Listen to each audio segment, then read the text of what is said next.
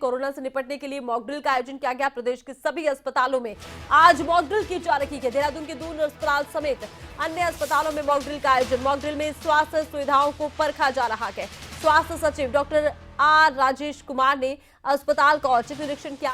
Mock drill में लापरवाही करने वाले अस्पतालों पर बड़ी कार्रवाई हो सकती है।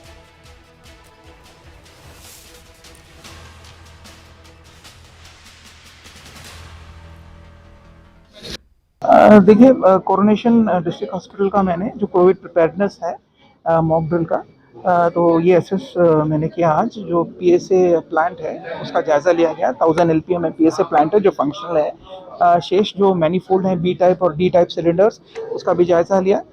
वो भी फंक्शनल हालात में पाए गए और कॉन्सेंट्रेटर्स को भी चेक किया मैंने, और ये भी फंक्शनल पाए गए। अभी पूरे स्टेट में हम लोग, हमारा जितना भी हमारा मेडिकल हमारा डिपार्टमेंट है, हर जगह जाके हम लोग ये जितने भी कॉन्सेंट्रेटर्स हैं, सिलेंडर्स हैं, पीएसए प्लांट्स हैं, इन सब लोगों को हम लोग एक बार चेक कर रहे हैं ताकि इस बात की पुष्टि हो जाए कि सभी फंक्शनल हालात में हैं और हम किसी भी स्थिति को फेस करने के लिए तैयार हैं।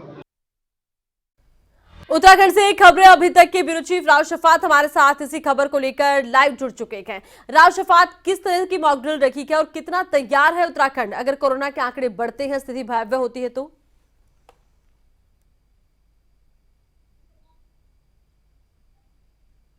बिल्कुल, देखिए, कोरोना संक्रमण से निपटने के लिए ही आज की मॉक ड्रिल है। और क्योंकि केंद्र सरकार का ये आदेश था, निर्देश था, तो इसी को लेकर के राज्य सरकार ने पहले से ही तैयारियां की थी। जो आर राजेश कुमार है, स्वास्थ्य सचिव हैं, वो औचक निरीक्षण के लिए पहुंचे थे कोरोनेशन अस्पताल में और उन्होंने औचक निरीक्षण भी किया। क्योंकि पूरे प्रदेश में ये मॉक ड्रिल होनी है और इस मॉक ड्रिल के बाद जो डिटेल्स हैं वो केंद्र सरकार को जाएगी। अगर कोई भी अस्पताल यानी सरकारी अस्पताल कोई भी लापरवाही बरतता है तो उसके खिलाफ सख्त से सख्त कार्रवाई भी की जाएगी। मरीज आएंगे, किस तरह से मरीजों को चेक किया जा रहा है, अस्पताल की सुविधाएं क्या हैं, क्या डॉक्टर वहां अवेलेबल हैं या नहीं है, आइसोलेशन वार्ड की स्थितियां क्या है, ऑक्सीजन सिलेंडर है नहीं है, या ऑक्सीजन जनरेशन प्लांट काम कर रहे हैं या नहीं कर रहे हैं, आइसोलेशन वार्ड कितने हैं और उस वार्ड में किस तरह की सुविधाएं हैं। तो अलग अलग तरीके से ये मॉक ड्रिल होनी है। और उसी तरह से ये मॉक ड्रिल, क्योंकि मॉक ड्रिल एक तरीके का वही प्रारूप होता है जैसे ओरिजिनल में होता है, तो अब अगर कोई लापरवाही अस्पताल बरतता है तो उसके खिलाफ जो है कार्रवाई की जाएगी। लेकिन अब पूरे प्रदेश में क्योंकि मॉक ड्रिल होनी है और इसके जो रिजल्ट हैं वो शाम तक आएंगे और तमाम जो डिटेल्स हैं वो इकट्ठी करने के बाद फिर केंद्र सरकार को जाएगी। हालांकि राज्य सरकार पूरी तरह से दावा कर रही है कि पूरी तरह से संक्रमण से निपटने के लिए जो स्वास्थ्य विभाग है वो तैयार है। और इन्हीं तैयारियों का जायजा लेने के आज डॉक्टर आर राजेश कुमार जो स्वास्थ्य सचिव है वो औचक निरीक्षण के लिए अस्पतालों में पहुंचे थे। हालांकि देखिए, उत्तराखंड में भी संक्रमण के बहुत ज्यादा मामले तो नहीं है आरती, लेकिन धीरे धीरे बढ़ रहे हैं मामले, क्योंकि नववर्ष शुरू होने वाला है और बहुत बड़ी संख्या में पर्यटक उत्तराखंड में आना शुरू हो चुके हैं। थोड़ी सी लापरवाही नजर आती है राज्य सरकार ने, क्योंकि ऐसी हार्डकोर गाइडलाइन जारी नहीं की है कि जो चेकिंग है बॉर्डर एरियाज पर यानी जो प्रदेशों से मिलती हुई सीमाएं हैं वहां पर कोई आरटीपीसीआर जांच होगी या पर्यटकों की जांच होगी, ऐसा कोई अभी नियम कायदा लागू नहीं किया गया है।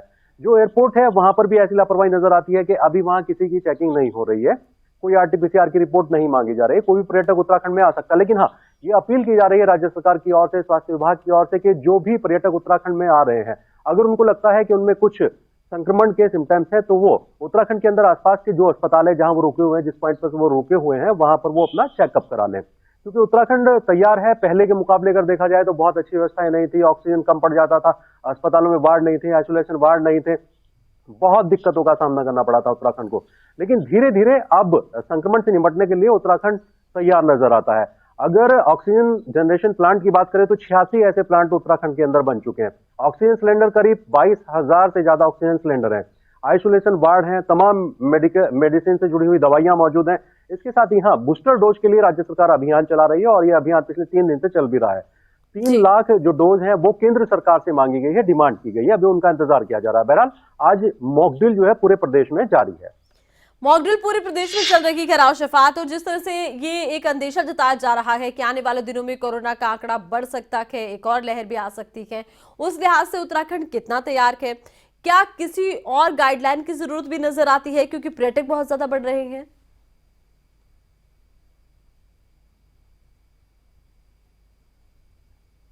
आरती, बिल्कुल, देखिए, दावा तो राज्य सरकार की ओर से किया जा रहा है कि उत्तराखंड का स्वास्थ्य विभाग पूरी तरह से तैयार है।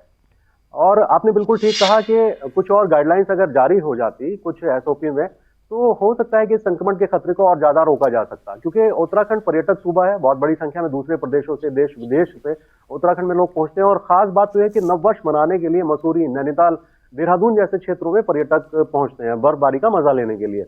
जी। लेकिन अगर थोड़ी सी लापरवाही हो जाती है तो ये लापरवाही उत्तराखंड के ऊपर बहुत भारी पड़ सकती है। हालांकि अभी इस तरह की कोई परिस्थिति तो नजर नहीं आती और इसी वजह से मॉकड्रिल भी की जा रही है, क्योंकि स्वास्थ्य विभाग कितना तैयार है इसको लेकर के ही ये जांचा जाएगा। स्वास्थ्य विभाग में कोई लापरवाही तो नहीं है, इसको लेकर के जांच चल रही है।